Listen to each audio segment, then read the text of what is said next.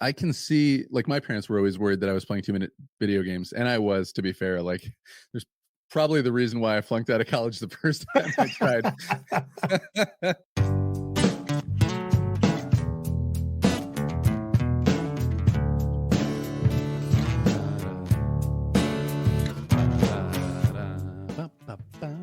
Hey, everybody. Welcome back to yet another episode of Creative Ops, a podcast for creative people, by creative people, because I said so, and I'm the host, Christopher Talon. I want to say thank you for joining me. This is the 34th episode. I've been doing this now for a little over a year, and I think I'm starting to get halfway decent at it. I had a lot of fun today with my guest, Peter Spaulding, better known on Twitch and social media as Gaming with ReTeP, which, little secret, it's just Peter spelled backwards. Not Gaming with ReTeP, but just the part ReTeP. Duh. So anyway, he came on the show, and we talked about all kinds of things: gaming, computer, internet, and lots of other stuff too. This one isn't as long as some because I had my anniversary stuff to do, so I had to keep it tight, but I kind of like it actually. The slightly shorter format, more direct, more to the point, and I think I still got to know Peter pretty well too, so I hope you guys enjoy this one. A little shorter than some of them, not because there wasn't anything to talk about, but just because I think we're both very efficient at doing this, because Peter himself, besides being a gamer, is also a seasoned podcaster. He recently, left the podcast, the Gig Economy podcast, which is one of the big ones on podcast land right now for people in the gig economy. Check those guys out. Also, that's part of the reason that we got to meet was because he was on that podcast. I'm on my podcast, and both of those podcasts are under the Hey Guys Media Group umbrella. So check out Hey Guys Media Group. If you're interested in podcasting and you want to try to make one, say, hey, this idiot's got one and it doesn't seem too hard. Touche. I got nothing. So, Hey Guys Media Group, check them out. And also, check out Peter. Like I said, he's on all social media.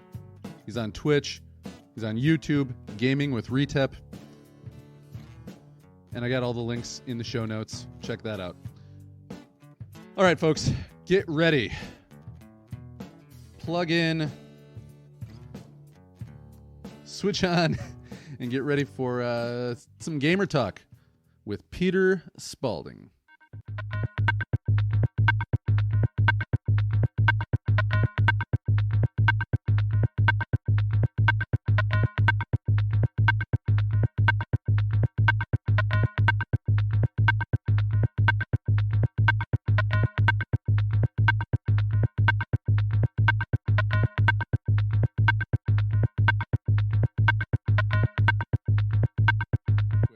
That's everything right there. So, how are you, man?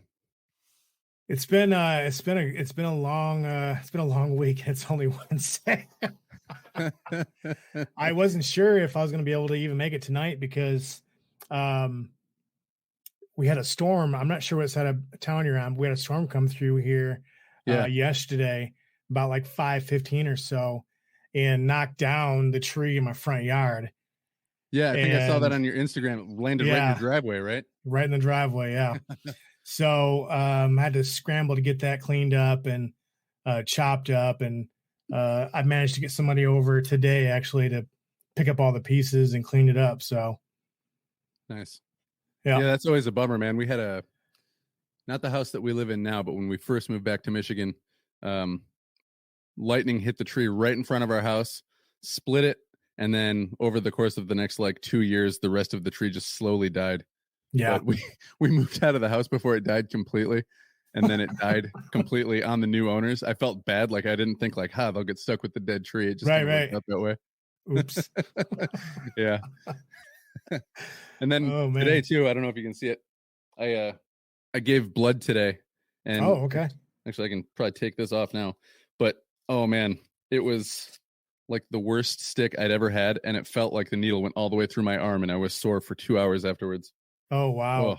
Usually I give blood fine, and I've got tattoos. I'm not like I don't like needles guy, but that was horrific today. Yeah, I don't. I got a few tattoos. I'm not a big fan of needles, surprisingly, because I have 3 tattoos. But and a piece of metal permanently through your nose, right? And an earring too. But they always seem to have an issue getting my vein, because I guess I don't have great veins.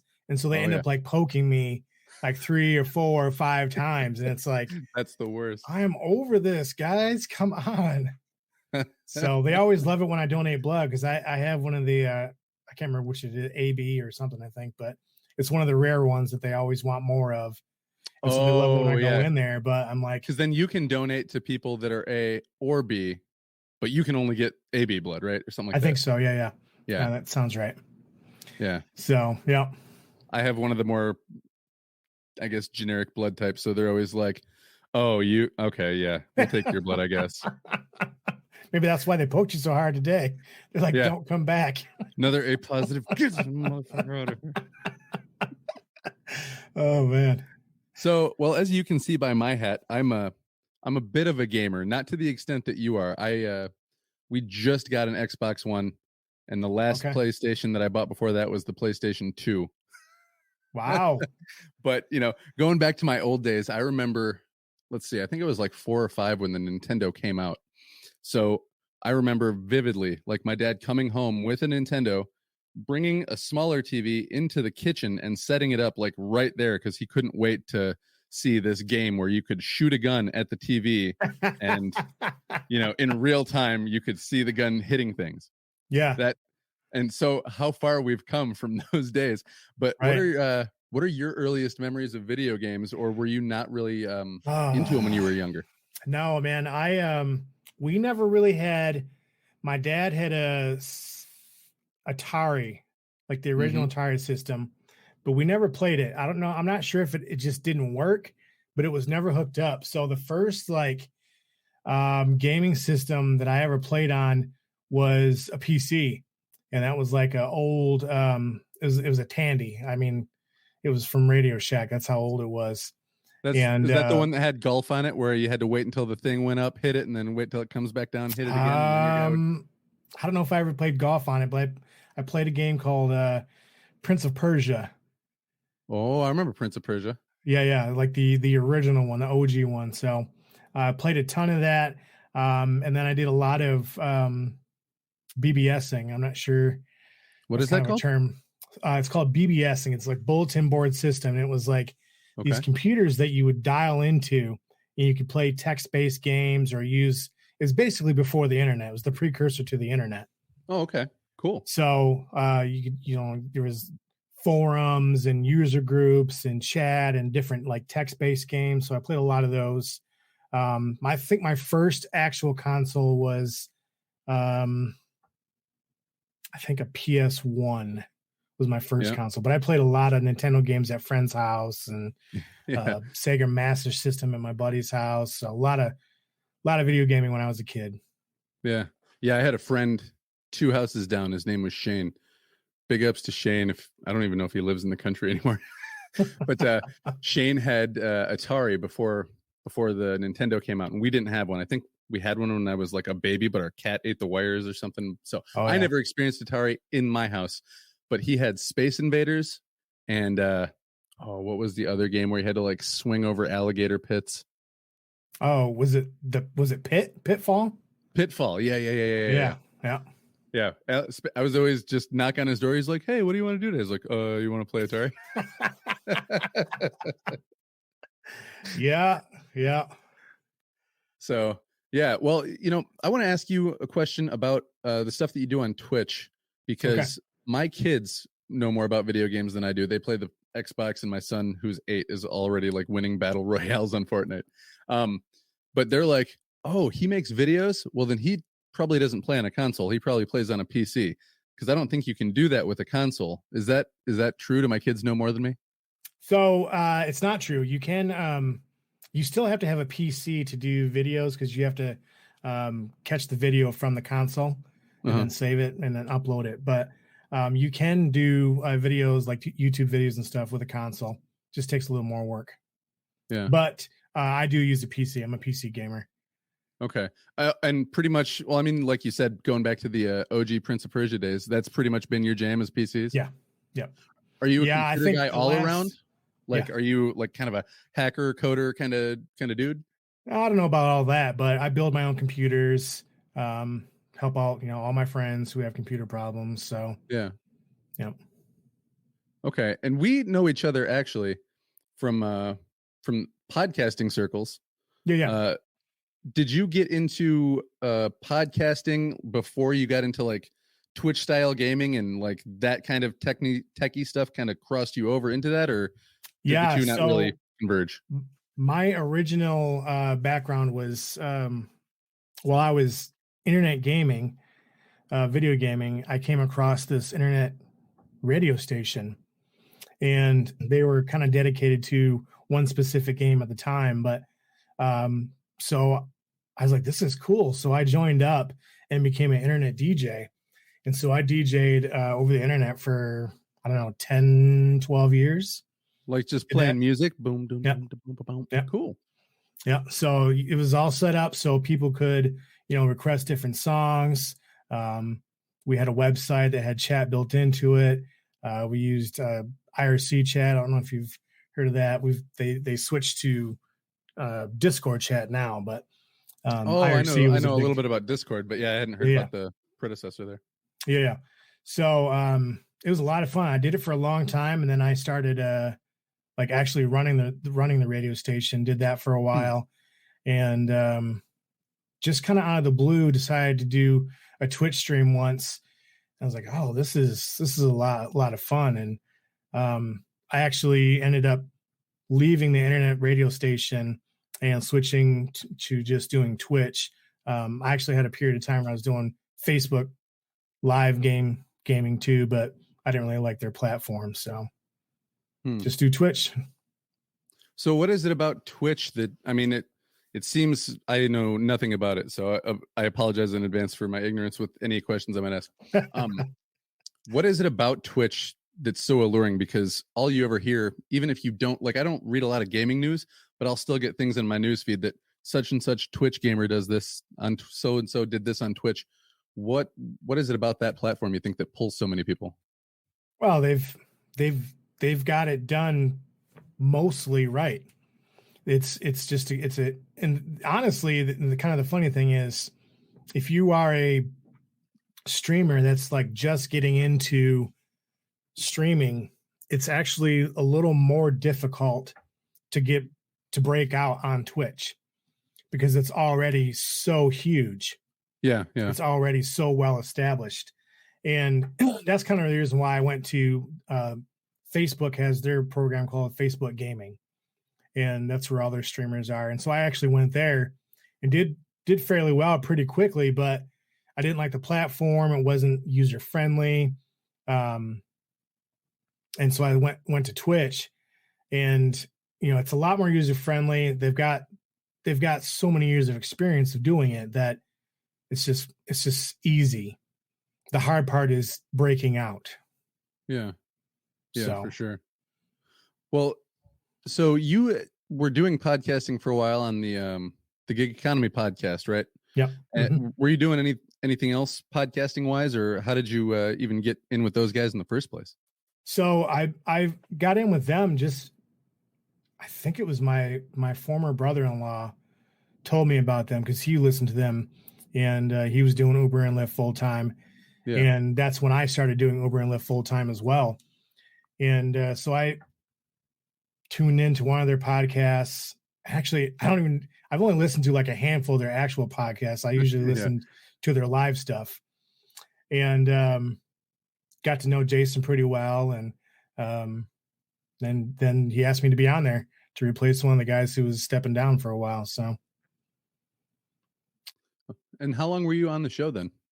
I think actually the last time I saw you in person was, I think, the last time you were recording a show. Yeah. I think I was on there for maybe a year. Okay. Yeah. Because I was going to say you were on there from the time that it came on my radar, and Jason started kind of wrangling me into all the podcasting stuff too. Yeah. So did Twitch just start taking up too much time, or was it like you had never really planned on being a podcaster? What was the move away from that? I never really planned on being a podcaster. I like I said, I started in the internet radio, and I loved doing that because it was more of a live audience, and kind of that transferred into Twitch, where it was also again like the live audience, Yeah. And, I did some videos that I don't even have on my YouTube anymore. I did some videos, but I just felt like most of what I like to do is more live stuff. Yeah. So podcasting it wasn't really on the radar, I guess. I just happened to end up with Jason and Jesper for a while, helping them out. And, that was fun. Yeah. Do you still do the gig stuff? No, nope. I stopped doing that when COVID hit, actually. So Yeah, I you had and a lot of applied people. right.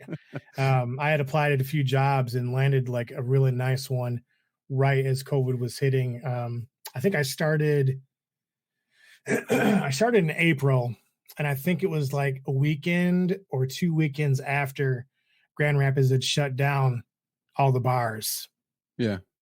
And I was like, well, this worked out perfectly because I'm not going to make any money now anyways. So,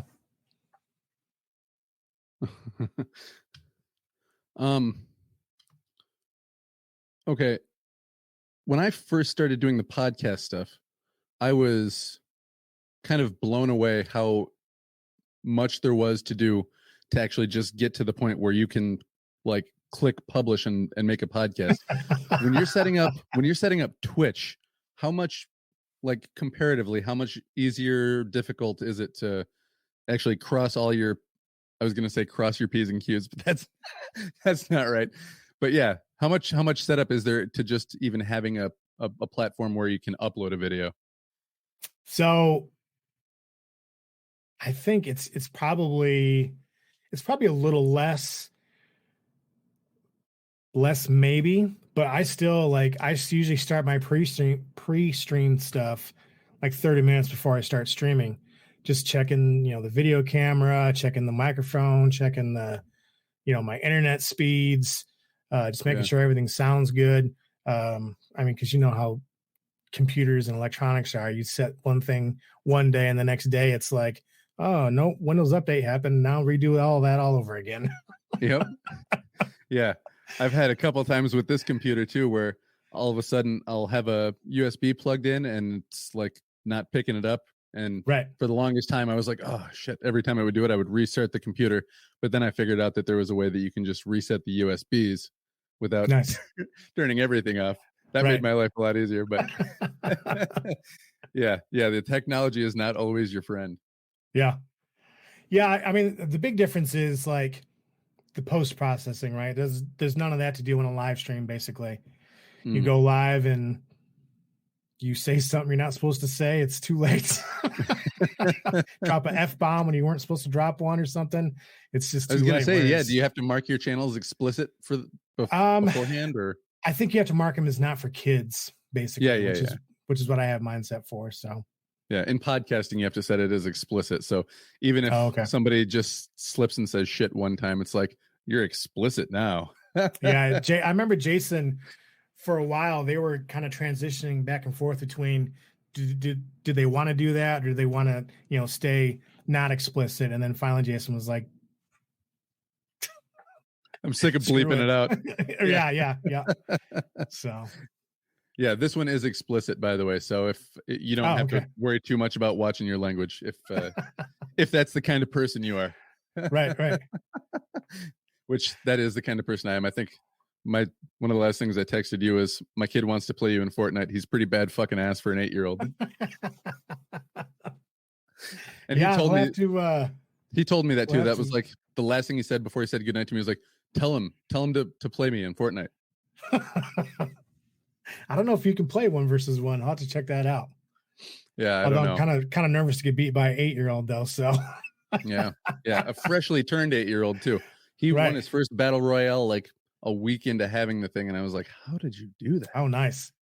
He's got that young brain that just can watch like 12 hours of YouTube videos and then just start doing it. You know what I mean? Yeah.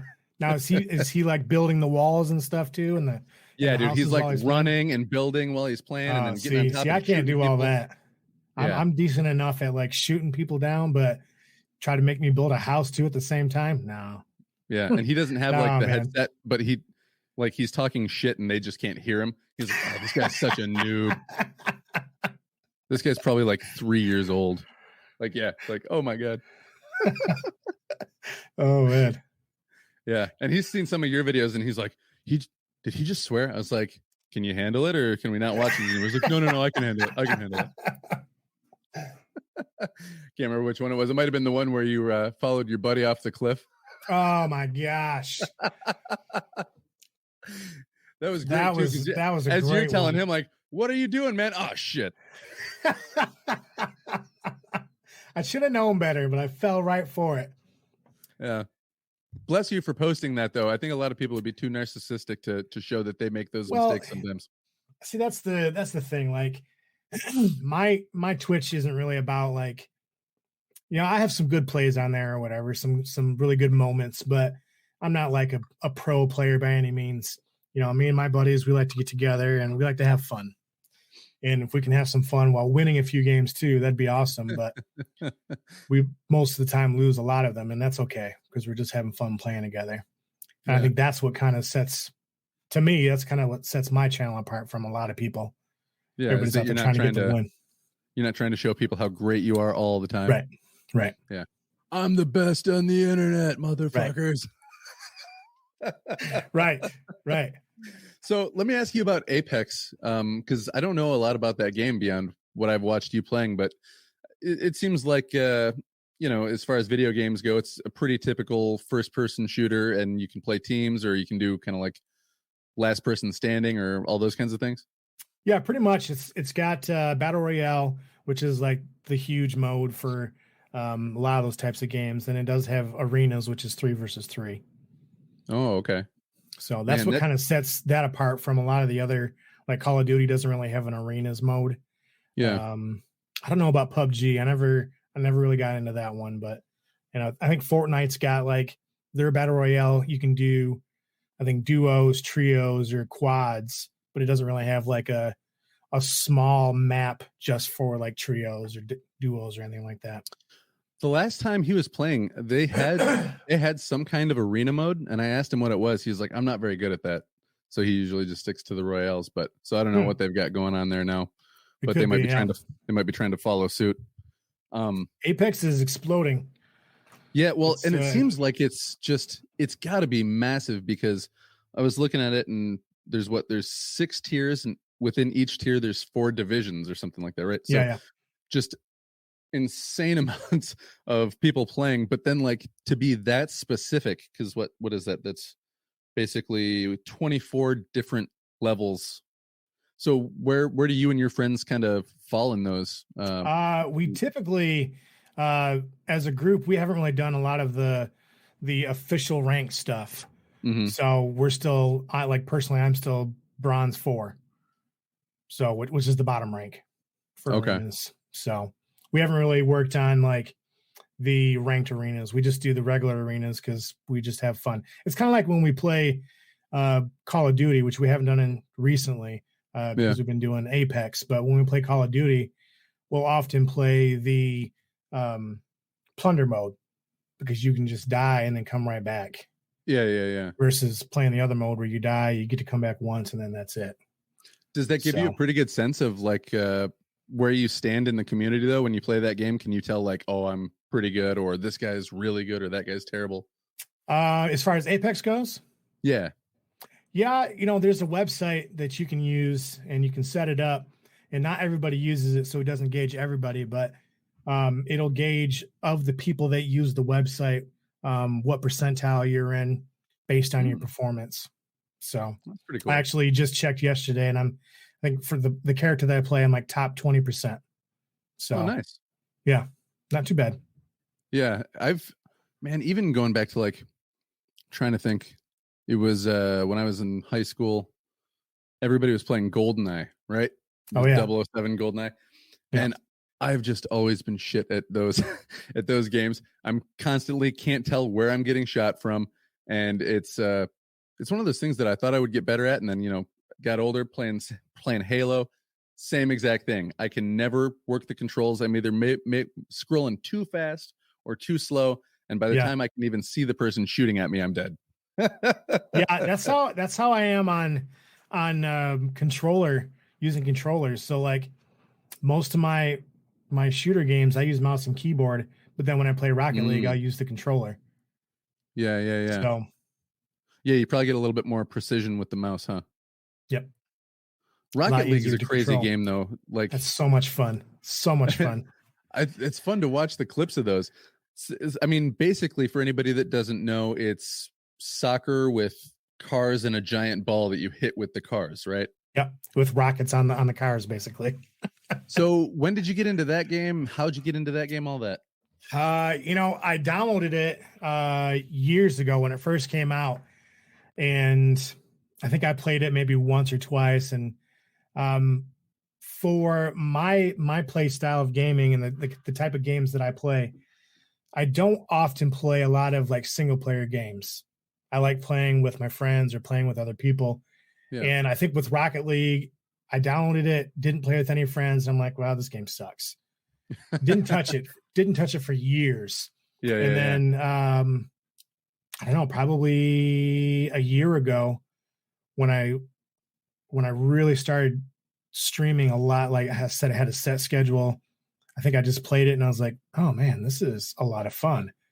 And then so now usually every one of my streams, the last hour is just a few games of Rocket League to close it out, or the whole thing sometimes. So, something that you said in that caught my attention, because actually it was a guy that I interviewed for my blog before I even started the podcast. And that interview that I did, I was like, I think I could do a podcast. We're just doing this interview. Was with a guy that wrote a book. His name is RK Holliday. I think there's 2 L's in Holiday. I'll have it linked up. But he wrote a book called Alone Together. And it's a book for parents that basically explains gaming culture. Like, so that when parents are like, my kid never wants to go outside and he never like interacts with other people. He's just in the basement all the time talking to people playing a video game. And it kind of like says, in the world that we live in now, that's kind of like the equivalent of like going and playing stickball with your friends. Like, you don't have to leave your house. You can just stay in your room, play a video game, put on a headset, and you're with 6 of your friends. Yep.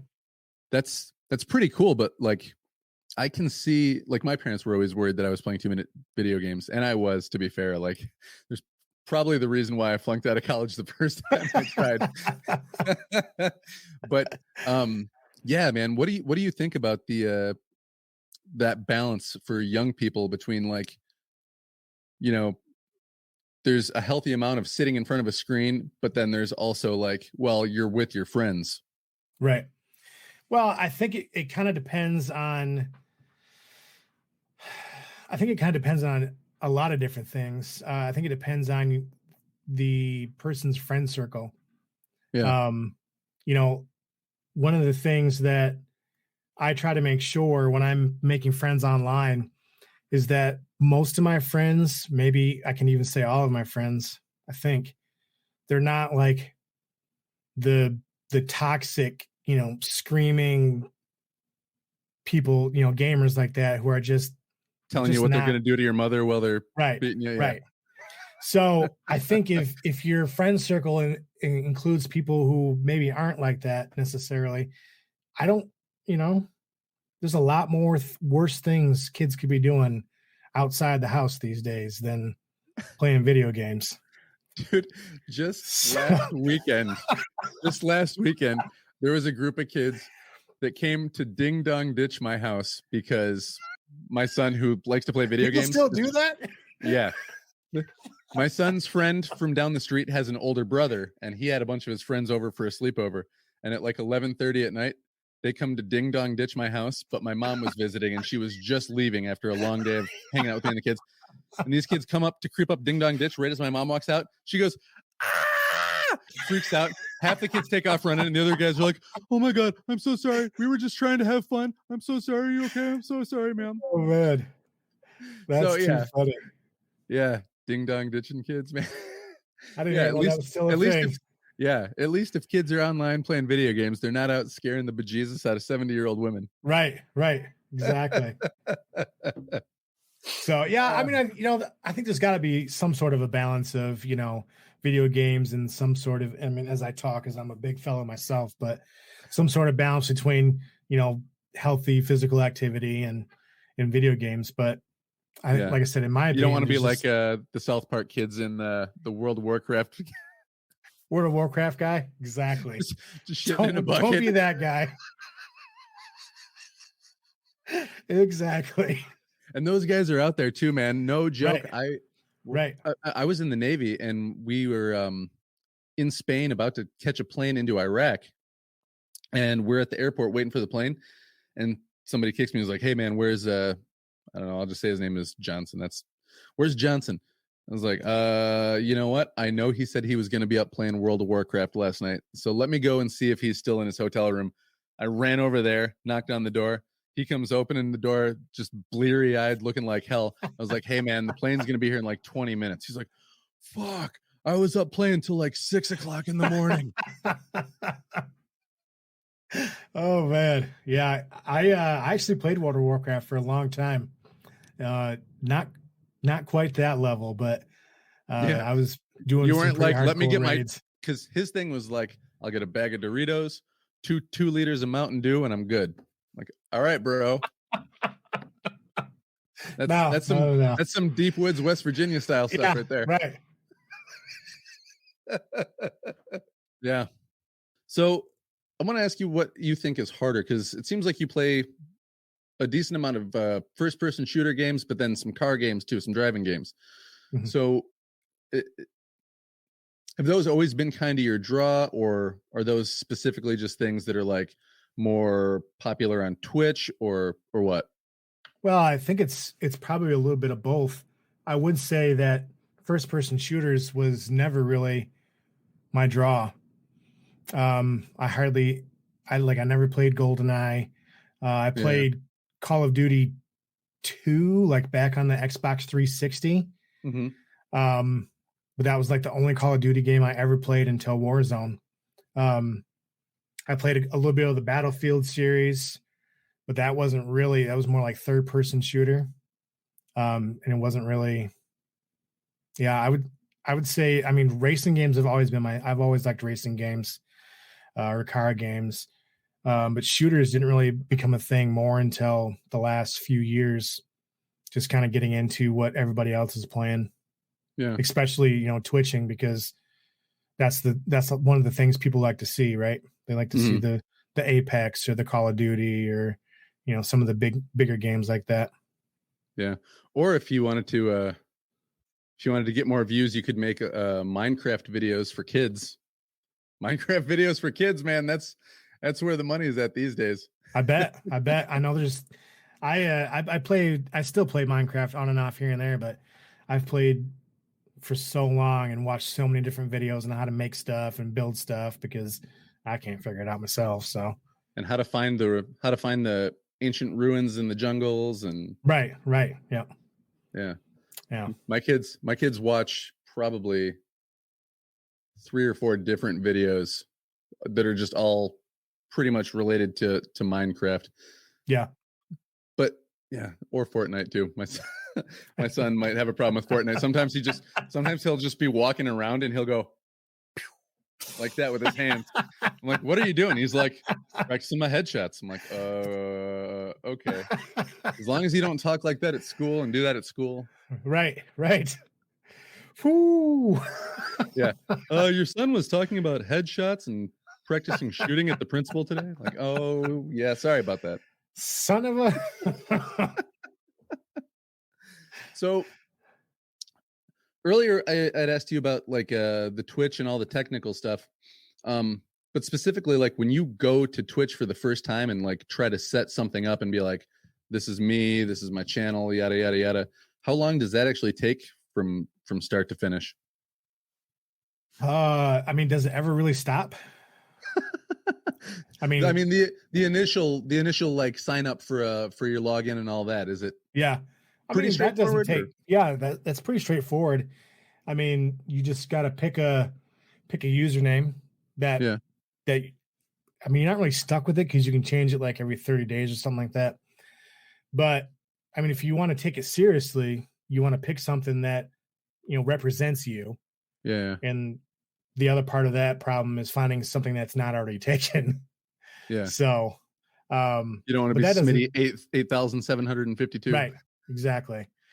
So that probably doesn't take too long, but Is that where establishing ReTeP came from? Just because you were like, well, everybody's going to be like Peter Games. right. Yeah.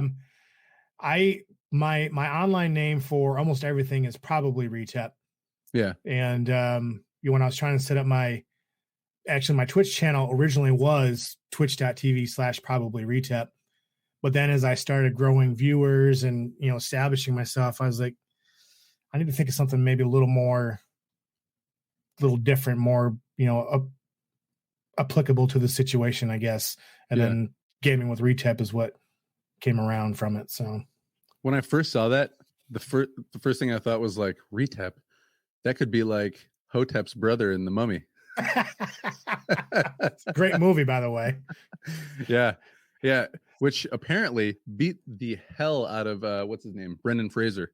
Like, I think he said that was part of the reason why he took some time off from filming was that and like being sexually harassed by the Hollywood foreign press guy. Yeah, I read some report on him, and it was like, oh man, that guy's been through some stuff. Yeah, like broken ribs, dislocated shoulders, and wrists, and yeah. But I think he got paid pretty well for it too. So yeah, I'm sure he's doing all right. Yeah, he's got the best doctors and rehab money can buy. Right. All right, man. Well, how often do you do the live stream? And then, well, actually, before we talk about the live stream, I want to ask you about the videos that you're putting up on social media and stuff. You said that you've got something now, that Athenoscope, which makes it easier. But before that, you would have to go through your whole stream and like just use some kind of audio video. Yeah. So what I did is, and I still do it just in case, but when I stream, I also record the stream. And then, so I would go through with, I use an open source program called OpenShot, I think it's called. Mm. And I just import the video. And then what I tried to do before I found Athenoscope is I would, if something happened that I thought was going to be a good clip, I'd try to write it down real quick. So then when I'm going back, I can find it easier. Yeah, just write it like a little timestamp or something. Yeah, exactly. So you just go through and use that open. Now it's going to bug me. I got to OpenShot. I think it's called. Yeah, OpenShot video editor, and just go through and clip everything and change the format to, whether it's going to be on Instagram or TikTok or YouTube or whatever. So. And then with Athenoscope, what does that do? Does that actually like? Oh, it's basically magic. So it just knows when you're on fire and pulls clips. Yeah. So they've got some sort of algorithm.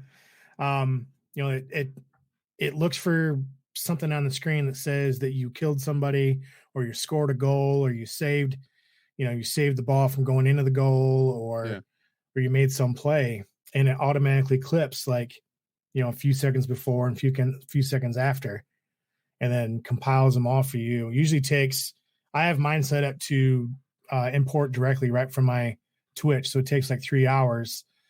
And then, so basically the next day I go back and I go through the clips and I say, okay, that one's good. That one's good. And then at the end of the week, it creates it's called a showcase, but it creates like a 2-minute video of all those clips together. And they put like music behind it and do some like basic flashy effects and stuff. And it looks kind of like Apple will take your pictures, and at the end of the month, it'll make a little slideshow. Yeah. Yeah. It looks great. It's free to use. So. Really? Yeah. Oh, wow. I was talking to somebody who's in like because everything you described sounds like something people would gladly pay for. Right. I was talking to somebody inside the industry, and they said that their best guess is that what they're doing is they're establishing themselves, and then they'll sell their technology to somebody else. Yeah. Who will charge for it, obviously. So, or sell the company, and they'll just change the model or something. Right. But right. It's a matter of time. Enjoy it while it lasts. Time. So enjoy it while you can. Yeah. So it makes it a lot easier, but. Yeah, because when I texted you before, I said, we'll talk about how you make your clips, and you're like, well, it's pretty much cheating how I do it now. Yeah, it's super easy, and it doesn't always work exactly right. Like one of my last streams, we played a new game that's in beta called Splitgate, and so Athena-scape is set up to detect it, but it's not perfect, and so like I didn't post any of my Splitgate videos because they just weren't that great. So except for the one where my buddy made me jump into the water behind him. That one got posted because that was super funny. But I love a video when somebody's just laughing really hard because then you can't help but laugh back with them. Right. Yeah. Well, how often do you get to play a beta game then? Because just maybe it's not as cool as it sounds, but like when someone's like, hey, you get to play a game that not everybody else gets to play, sounds pretty badass. So have you ever heard of Steam? Yeah. Okay, so Steam has a lot of stuff on there in beta that you can play.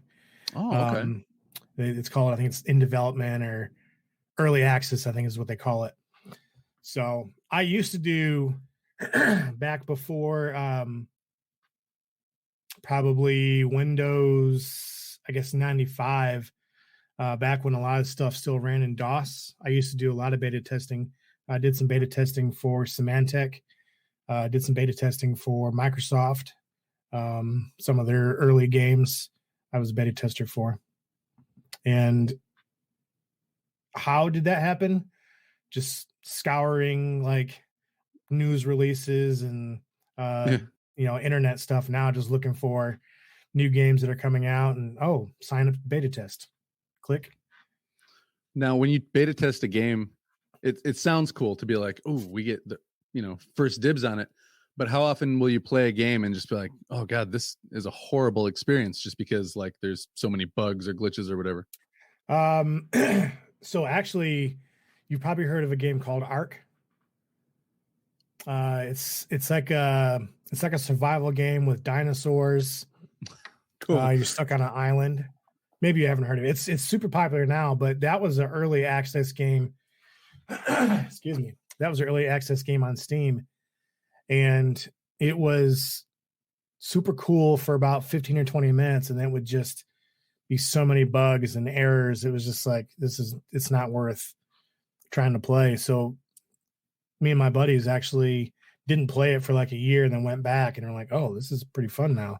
Now all the bugs are gone. Yeah. How long will they keep a game out in beta testing like that? Oh, I want to say, yeah, I want to say Ark was in beta testing for a couple of years, like early access. When you're playing a game like that, is there like a direct feedback, like tell us what you thought about this scene or this chapter or your general experience? Or they got tools right inside of like the Steam page for that game where you can submit stuff. Otherwise, they have a website or email. So it's not unlike if you've done any of the preview builds on iOS, they have like a separate program that you can run and like describe any bugs that you encounter. Yeah. That sounds like a fun process. Cause I mean, I'm a writer and we use beta readers too. And it's, essentially the same thing. Try to find the things that will derail somebody else's experience so that we can fix it.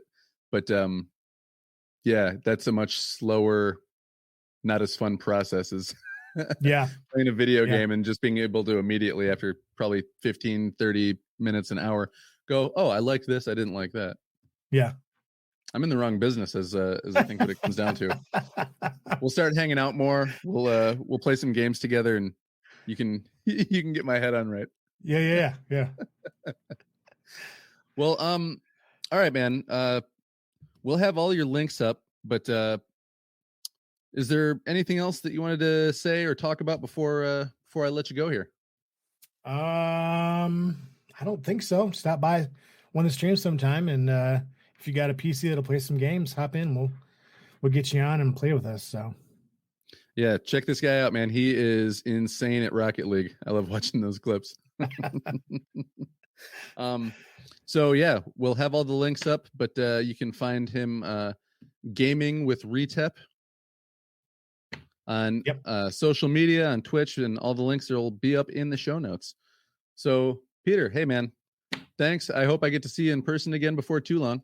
Yeah. Thanks for having me on. Appreciate it. Cool, man. Take care of yourself. Yeah, you too. All right, how do I turn this stupid thing off?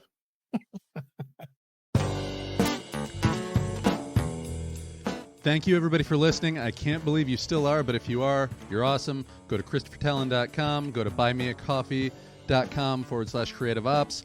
Go to the show notes and check out all Peter's stuff. Thank you so much. Try to have one out for you next week on a solo show. Love you, everybody. Mwah.